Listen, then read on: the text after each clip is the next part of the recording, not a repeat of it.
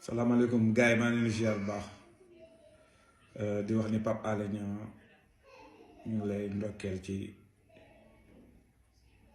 yan bi la yan diis na gan waaye yal na la yàlla may kàttan ba mu woyof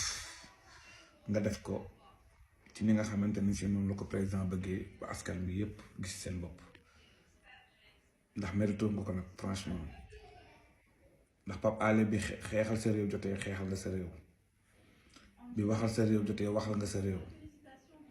bi tëddal sa réew kaso jotee def nga ko sacrifier nga pour sa réew kon tey lii ñu la jox loo mérito la joxuñu la ko nag ngir dara lu xam ne bëgg nga sa réew am nga gëm-gëm sa réew te xam na lii ñu la dénk mën nga koo liggéey moo tax ñu jox la ko kon ñu ngi ñaan yal na yan bi woyof sa kaw di wax ni